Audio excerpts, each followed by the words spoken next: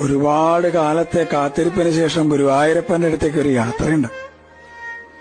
പരിഭവങ്ങളും സങ്കടങ്ങളും പരാതികളൊക്കെ ആയിട്ട് നടന്ന് ആ ശ്രീലകത്തിന്റെ മുമ്പിൽ അങ്ങോട്ട് എത്തുമ്പോ ഭഗവാനെങ്ങനെ കാണാം.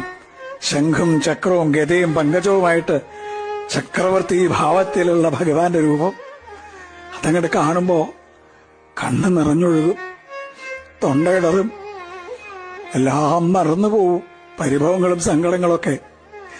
ഗുരുവായൂരപ്പാന്നൊരു വിളിയുണ്ട്. ആ സമയത്ത് ശ്രീലകത്തുനിന്നൊരു നോട്ടമുണ്ട്, കാരുണ്യത്തിന്റെ കടലായ കണ്ണന്റെ നോട്ടം.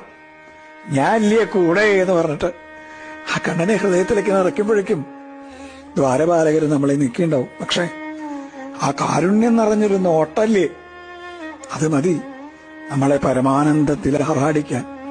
കൃഷ്ണ ഗുരുവായൂരപ്പ.